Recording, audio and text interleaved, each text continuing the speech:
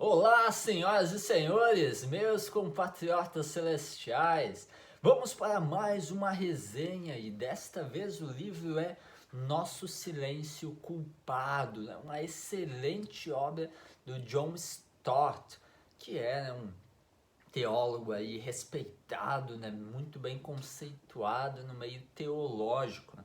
Nosso silêncio culpado, a igreja, o evangelho e o mundo. É um assunto que o John Stott também gosta sempre de tratar, né? Há outros livros dele, por outras editoras, que vão nessa mesma linha de raciocínio, que tratam sobre esse assunto.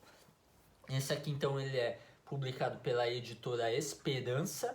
Ele é publicado originalmente em 1997 e traduzido, então, né, lançado no Brasil pela editora Esperança no ano de 2014. Eu preciso mencionar que o fato de ele ter sido escrito em 1997, que faz algum tempinho atrás, mas isso não desmerece o conteúdo. Algumas vezes a gente trata sobre assuntos assim bastante específicos de determinada época e local. E aí, quando a gente pensa nesse livro para outra época e local, ele já não faria mais tanto sentido.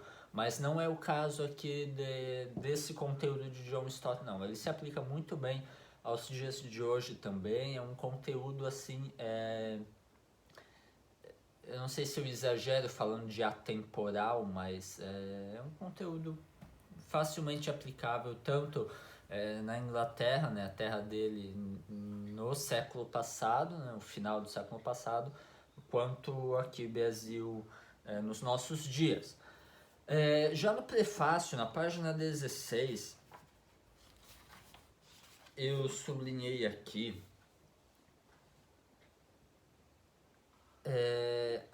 algumas causas que ele coloca, que ele acredita serem as principais causas do nosso silêncio culpado, então, do fato de nós não abrirmos a boca para falarmos, para testemunharmos a respeito de Deus e de Jesus e tudo mais na sociedade. Ele fala o seguinte: mas acredito que existam 4 grandes causas. Ou não temos bom incentivo, nem grandes causas. Não, eu voltei na linha. Ou não temos um bom incentivo nem para tentar falar, ou não sabemos o que dizer, ou não estamos convencidos de que é nosso trabalho, ou não acreditamos que faremos qualquer bem, porque nos esquecemos da fonte do poder. E é com base nessas causas, então, que ele acredita serem, que o livro está organizado e que vai depender aqui o conteúdo do livro. E tendo dito isso, então eu passo a apresentar o sumário dele. Ele vai tratar, então, da glória de Deus, num primeiro momento, então esse incentivo, né? O evangelho de Deus, o conteúdo, a igreja de Deus, tratando assim de quem que é a responsabilidade para evangelizar, e por último o Espírito de Deus, então, né, como essa, ele comenta da gente ter esquecido da fonte do poder, né, então ele vai tratar por último, né, o Espírito de Deus. Então vamos tratar cada um desses capítulos, né? O primeiro, a glória de Deus. Eu passo lá para a página 22.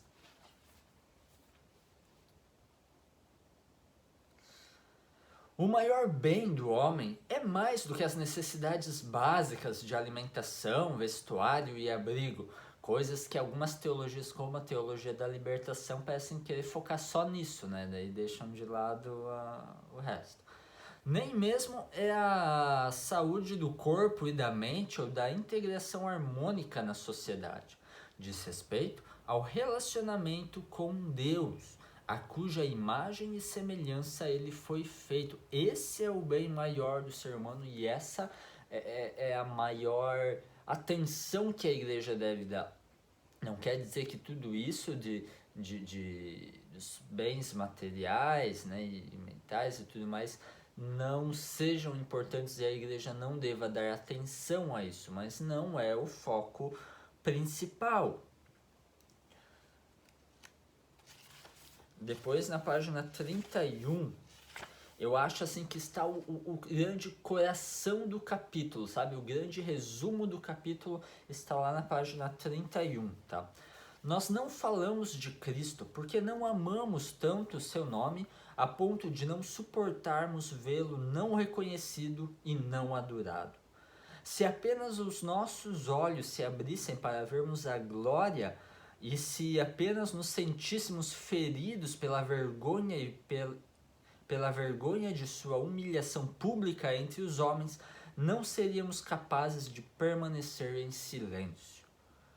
Em vez disso, iríamos ecoar as palavras dos apóstolos: não podemos deixar de falar do que vimos e do que ouvimos. Que eu acho que ele resume muito bem então esse motivo da falta de incentivo, da falta de motivação para compartilhar. Depois vamos para o capítulo de número 2, né, o Evangelho de Deus, né, vamos falar sobre então esse conteúdo que nós precisamos falar.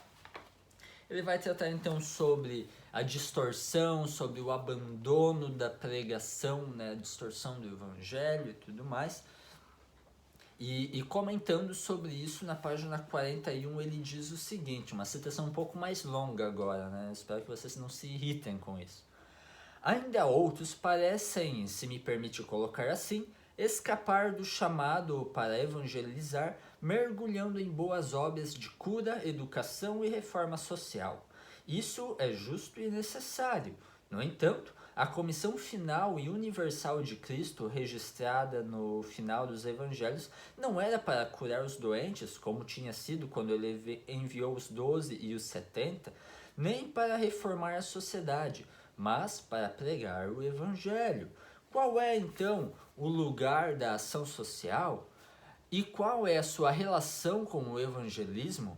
A ação social não deve ser igualada ao evangelismo, não é parte constituinte do evangelismo, nem é essencialmente um meio de evangelismo. Pacientes do hospital e alunos da escola sendo um público convenientemente cativo para o evangelho. Isso entre parênteses aqui.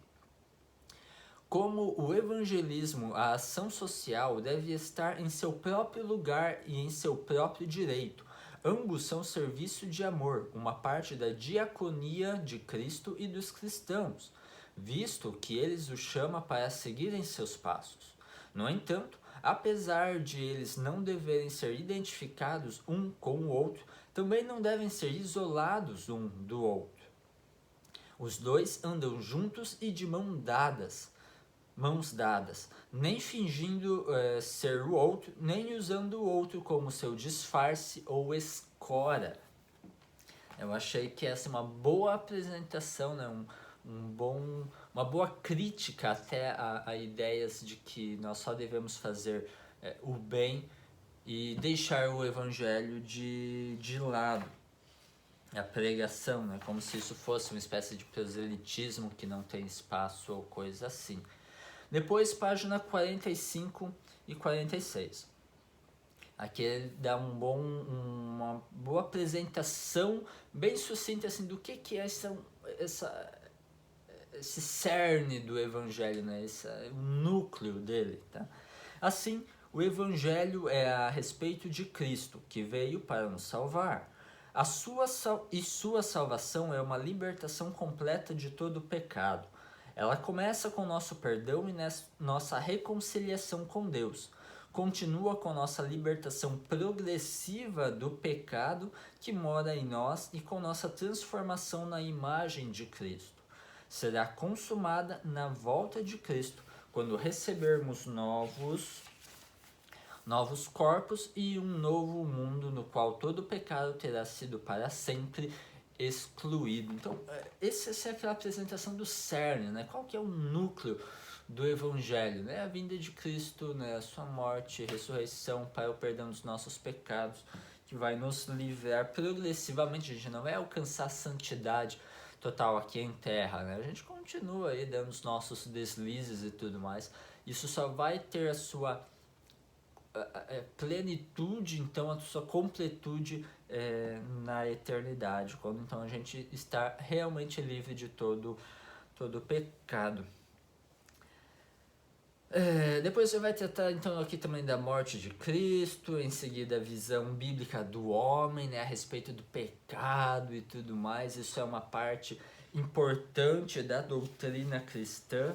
Inclusive na página 51 ele diz o seguinte: na verdade, o Evangelho do Novo Testamento de Cristo pressupõe a doutrina bíblica do pecado, e muito do esforço de evangelismo é prejudicado desde o início porque essa doutrina é rejeitada. Alguns pregadores às vezes querem minimizar essa questão do pecado, né? Vem assim sempre numa perspectiva um tanto humanista, cara, só é uma boa nova se tiver uma má nova primeiro, né? Essa consciência do pecado. Ele vai tratar aqui então sobre essa maioridade do ser humano, a questão da idade da razão, é uma coisa meio do iluminismo, então vai mencionar até o Deus das lacunas aqui, né, que aparece tanto em ciências e tal. Aí vai tratar sobre essa questão do senso do pecado, que eu mencionei agora há pouco, também a resposta da fé em relação a esse senso de ser um pecador, de estar condenado e tudo mais. E aí na conclusão desse capítulo, lá na página 68, ele vai dizer o seguinte: tenho ouvido dizer que devemos procurar transmitir um mínimo de verdade e apontar para Cristo como caminho sem formulação doutrinária. Com esse ponto de vista, os apóstolos certamente teriam discordado. Sua apresentação do Evangelho era extremamente rica em conteúdo intelectual. E na página seguinte ele prossegue: para pregar o Evangelho significa pregar o dogma cristão. Pregar o Evangelho significa pregar o dogma cristão, né? Algumas vezes parece que tem-se visto desejado uma religião de experiências místicas em contrapartida assim, ao dogma cristão, como se o dogma fosse uma coisa sempre fria, uma coisa intelectual demais, e não, a gente precisa partir só para a questão das experiências pessoais, etc. Então, cara, não. Pregar o evangelho é dogma, é um corpo doutrinário bíblico que a gente precisa pregar. Quantas experiências aí as outras religiões têm, né? Você vai conversar, sei lá, com um espírita, tá cheio de experiência para te contar também.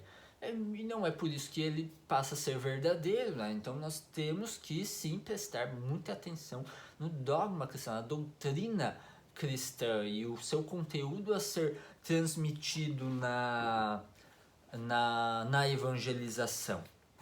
Tá? Capítulo de número 3 vai tratar então sobre a Igreja de Deus, página 73. Aqui uma citação bem interessante dele. Ó. O Pai poderia facilmente chamar as pessoas para Cristo por meio do Espírito, né? O Espírito Santo, que é quem chama, então quem convence as pessoas do seu pecado, sem qualquer cooperação humana. Mas ele escolheu não fazer isso. Nomeou sua igreja para ser o arauto do Evangelho até os confins da terra.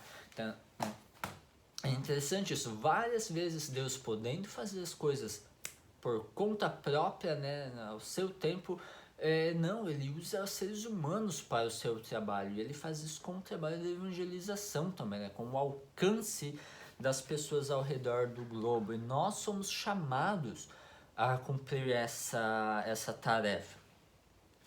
Na página 78 ele vai mencionar aquele famoso versículo de 1 Pedro 3, verso 15, né? Estejam prontos para dar a razão da fé que é em vocês. Um versículo interessante, inclusive, para a apologética, porque ele menciona sobre você ter uma razão para crer, né? Não crer simplesmente aleatoriamente, né? Sem motivo algum, mas que há boas razões para nós crermos na veracidade bíblica. E aí ele comenta esse versículo, né? Porque esse é um tipo passivo, defensivo de testemunha. Não que falamos só quando... Eu vou começar de novo. Porque esse é um tipo passivo, defensivo de testemunha, em que falamos só quando falam conosco e explicamos a esperança cristã somente quando desafiados a respeito. Cristo espera que suas testemunhas tomem a iniciativa. Então ele diz que é um versículo, né, válido e tudo mais, muito bem utilizado, mas que aqui ele está tratando assim, uma coisa meio defensiva, né, que a pessoa vem te perguntar e aí sim você fala. E segundo John Stott, não, cara, a gente tem que ser mais ativo, né? A gente tomar a iniciativa em falar e não ficar esperando alguém vir perguntar para nós alguma coisa. Não que o testemunho cristão tenha qualquer mandato para ser impetuoso, indiscreto ou descortês. Seu testemunho deve ser espontâneo e novo. A expulsão natural de uma mola interior, né? Faz parte da própria vivência cristã, né? Uma vez que você vive o evangelho, que você leva a sério isso e ele faz sentido na sua vida, você vai desejar que as outras pessoas também conheçam essas verdades que transformaram a sua vida. Então é algo quase natural que você acaba falando a respeito disso, né? A boca fala do que está cheio o coração.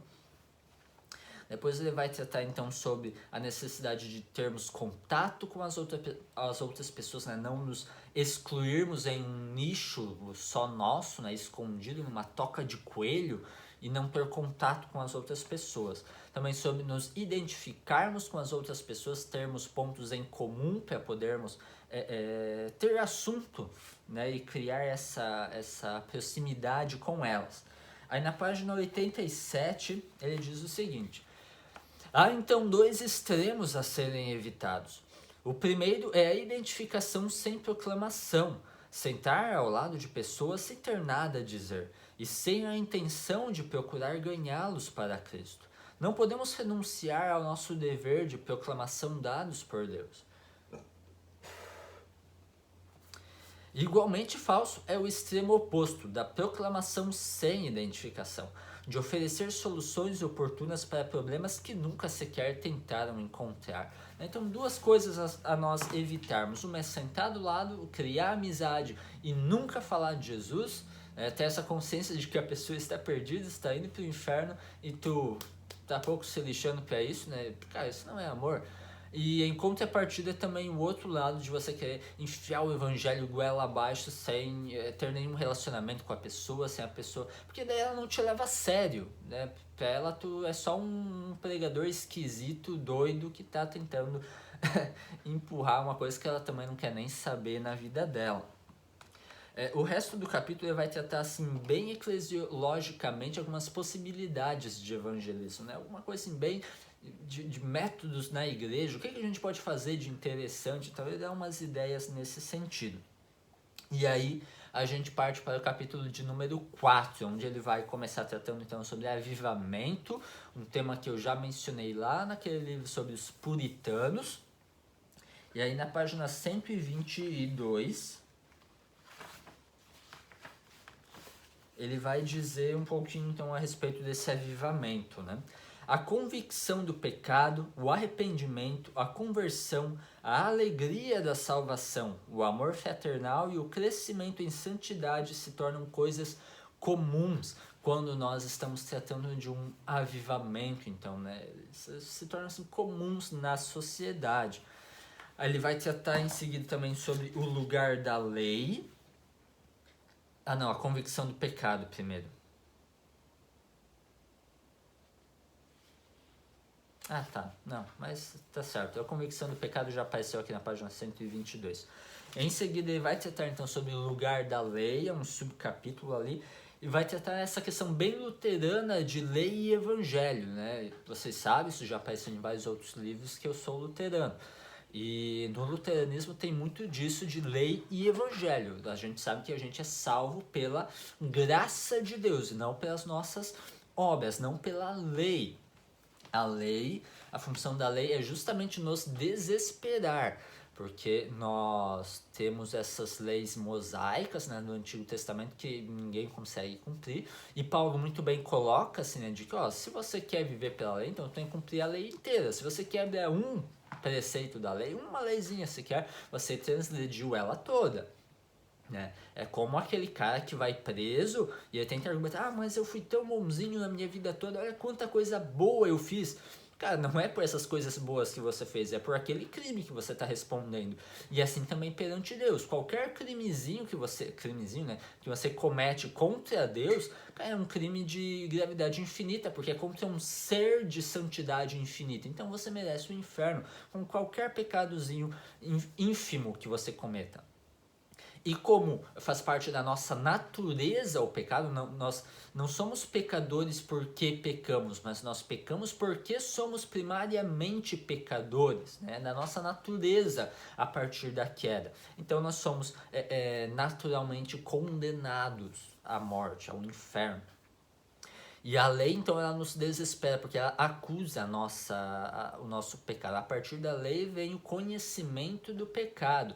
Não vem o próprio pecado, vem o conhecimento do pecado. Ali a gente se flagra de que, cara, olha o meu estado desesperador. Olha em que condição eu estou. Não há esperança para mim. Isso tanto com a lei mosaica revelada, quanto a lei natural que os povos têm meio que naturalmente. Né? Ele coloca assim que os povos sem a lei aqui se fizeram lei em si mesmos, né? No sentido dessa lei natural que as pessoas meio que sabem naturalmente algumas coisas, e também ali eles têm conhecimento de que eles não dão conta de seguir nem essa lei natural. É por isso que eles têm tanto esse conhecimento natural da lei, um conhecimento natural da existência de divindades, e um conhecimento natural de que não está tudo certo entre eles e a humanidade, entre eles e a divindade. Por isso que eles têm tantos sacrifícios nas religiões pagãs, por exemplo. Sempre nessa ânsia de querer apaziguar a santidade dessas divindades que eles, então,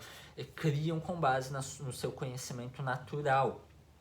E esse é, então, o lugar da lei. É apontar para o seu pecado, né, para a sua condição de pecador e de condenado, para em seguida apontar para a única solução para o seu pecado, que é então o sacrifício vicário de Cristo. Né? Nós, na nossa santidade, nas nossas obras, não somos capazes de alcançar a santidade de Deus, então Deus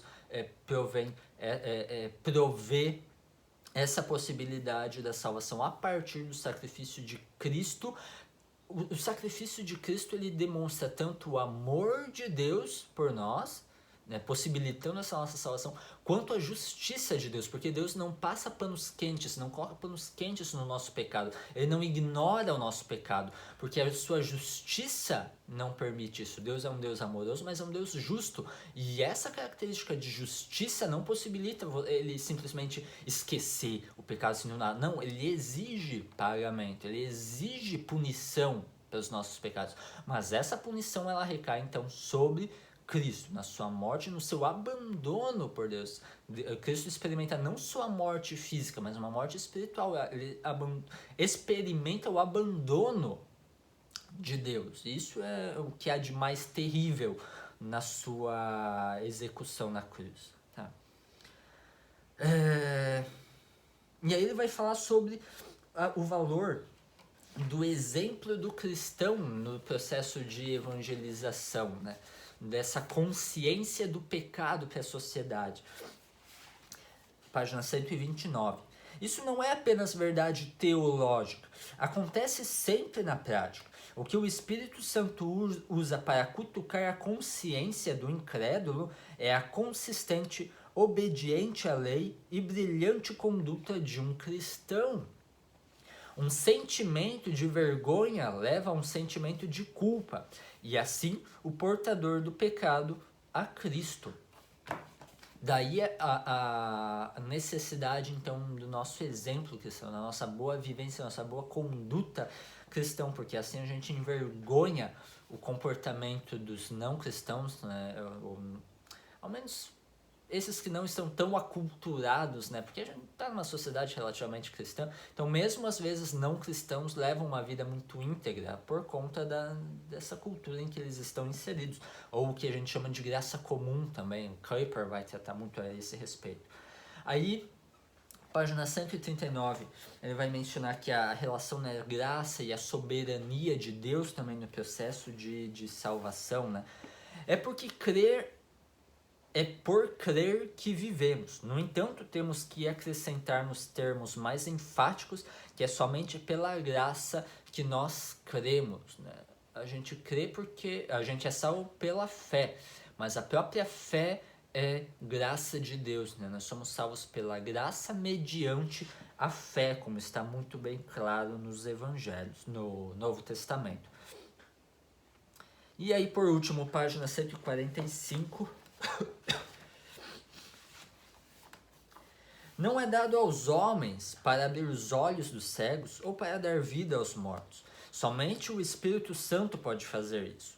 Devemos repetir que a conversão e a regeneração são obras dele. Tanto a conversão, então, e regeneração, né? Regeneração como essa coisa súbita, essa decisão de repente, então, seguir a Cristo e ser dele, e a conversão no sentido de você estar, então, progredindo rumo à santidade, né? Estar transformando a sua vida ali de pouco em pouco, né? Crescendo na graça e no conhecimento de Jesus Cristo. Eu encerro aqui essa resenha, eu espero que vocês tenham apreciado. Lembro que o link para aquisição desse livro a partir da Amazon estará na descrição do livro. Se você quiser adquiri-lo, né, compre a partir desse link, assim você contribui também com o canal Teofilia. Meus amigos, falou, até mais ver!